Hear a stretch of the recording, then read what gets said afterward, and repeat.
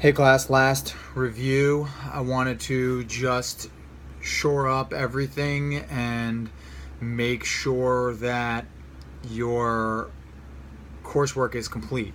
So before I get to talking about the papers, which I finished grading, so everyone should have a grade if you've submitted it, I wanted to make sure that if anybody has forgotten to post on Module 5 for the public journal, please do so. Those are easy points. Right now it's 30% off, so you're looking at a 14 out of 20, but I've been giving everybody 20 out of 20s if they just submit that and write something thoughtful and reflect on their beginning of the semester. There's that. There's also the reading quiz that's due tonight at 11:59 per usual, so make sure that that is completed, and then the course is officially done. I want to ask for starting on Monday if there could be people that would fill out the course evaluations. I like to read those to go through what I need to work on as an online facilitator, and also what I've been doing well. It's always good to know what you're doing well. It's just running the course now. This is going to be the third time through running this course. So it's always good to take the feedback from what you get and take it into the next class to help future students. So I would really, truly appreciate the feedback. If you can get an opportunity to do that, that would be wonderful. Now I want to talk about the final projects. So I gave you a rubric that has everything that needed to be on it, and I gave you a sample project. And I was very shocked at the overall lack of following the rubric. There was a lack of APA cover pages for some individuals. There was a lack of the headers associated with the project. There was incorrect citations for the authors when they're citing individual papers within a paragraph of their paper. Some people cited way too much of a quotation, like this much long in the paper. Really, if it's that long, it either has to be absolutely critical for your paper, and you couldn't possibly have said the thing that you're trying to articulate any better than the authors, or you can just synthesize it. That's just for futures. Just try to look at that when you're citing something that's really long. Some of the charts that were done were very confusing to follow. I appreciate that they're broken down into phases for a lot of you, but just listing off muscles and not talking about the joints is pretty confusing for the reader.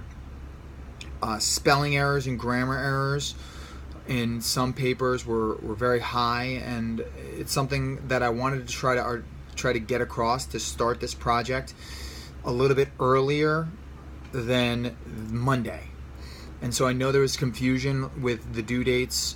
Partially that's my fault, but I also have been doing throughout the semester, trying to make sure through the announcements and the video posts, along with the webinars, if you're ever able to see those, that the project was due on Friday. Along with, if you look at Module 5, it was written to be due on Friday. So really, I don't know. I try to be as flexible as possible with that. With that being said, though, there was just some projects that just seemed really rushed and did not adhere to the guidelines. I know, in particular, one thing that comes across is the overactive, underactive muscles and the exercise prescription.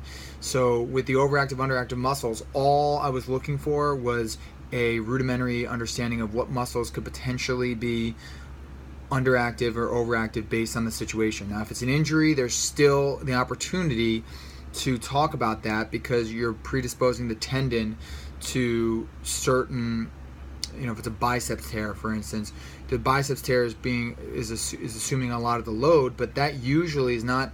It's very rare that there's a freak accident that happens. Usually over time it's because the tendon has just become degenerative, but it's degenerative due to what?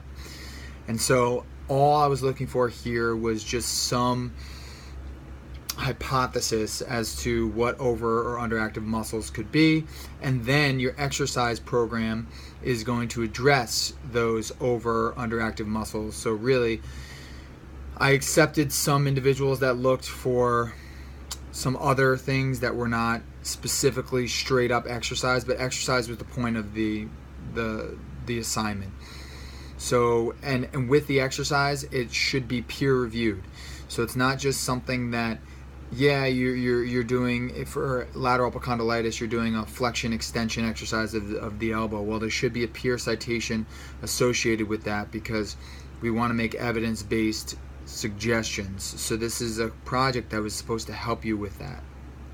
And also with that, people are suggesting exercises, but then did not write about the sets, reps, rest in between, all the common variables, the acute variables that we can manipulate for exercise prescription. They were not given here, and that was part of what I was looking for.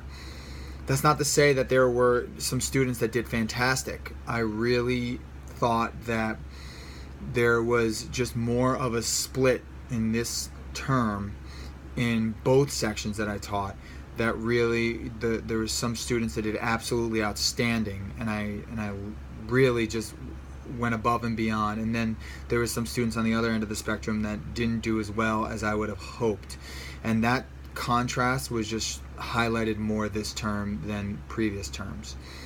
So I made a lot of comments on all the papers, so if you ever have any questions about the comments that I made, please shoot me an email. With that being said, I want to wish every single one of you good luck with the rest of your coursework here at Concordia, and if you ever need anything from me, just send me an email, and I will be glad to try to help you any way I can. So in closing, if you could please just fill out one of the course evaluations, that would help me and help the future students with this course. That would be great. And enjoy the rest of your weekend.